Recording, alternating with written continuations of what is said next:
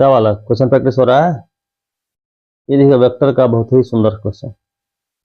If A dot B is equal to A dot C and A cross B is equal to C cross A where A B C not equal to 0 and A B C are different vectors, then which of the following can't be true.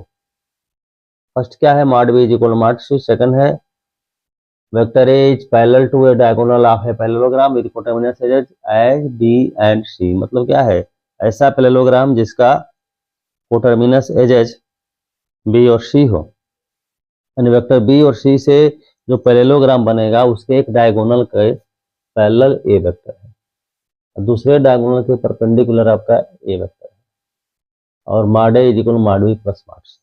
देखना इसमें कौन सा true नहीं होगा। ठीक है, तो जो कंडीशन दिया है उसको लेकर चलते हैं। A dot B is equal to क्या है, ए डॉट सी। इसको हम क्या लिख सकते हैं, इसको इधर लेके चले आइए और ये कॉमन ले लीजिए, ए डॉट बी माइनस सी। हम जानते हैं कि दो वेक्टर का डॉट प्रोडक्ट अगर 0 है, दोनों परपेंडिकुलर है, मतलब A vector is perpendicular to B minus C. ये एक कंडीशन हम लोगों को मिला। ठीक, तो दूसरा जरा देखिए कि A cross B is equal to है सी क्रॉस ए। अगर ये बेटा इधर आएगा तो क्या लिख सकते हैं, A cross B minus C cross A is equal to 0, जिसको हम लिख सकते हैं A cross B plus A cross C, क्योंकि सी क्रॉस ए को अगर ए क्रॉस सी लिखेंगे माइनस हो जाएगा। अब यहाँ ए कॉमन ले लीजिए, ए क्रॉस बी प्लस सी।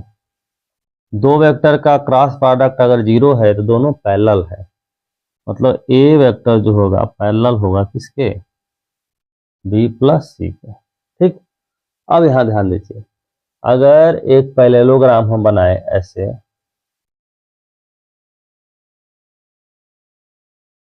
देखिएगा ये पैरेललोग्राम बना रहे हैं, ये साइड बी है और ये साइड सी है।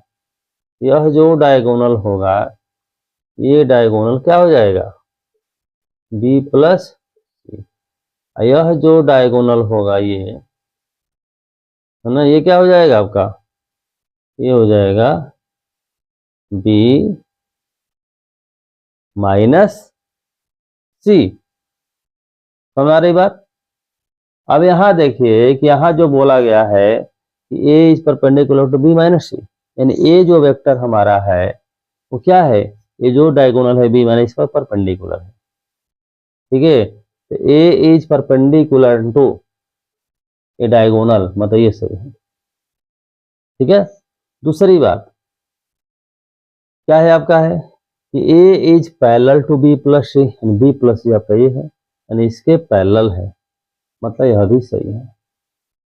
अब सबसे इंपॉर्टेंट बात देखिए, ए जो होगा इसके पैरेलल है, ए जो होगा इस वेक्टर के पैरेलल है, ए वेक्टर है ना, और इस पर परपेंडिकुलर है, मतलब दोनों डायगोनल के बीच कहेंगे 90 डिग्री।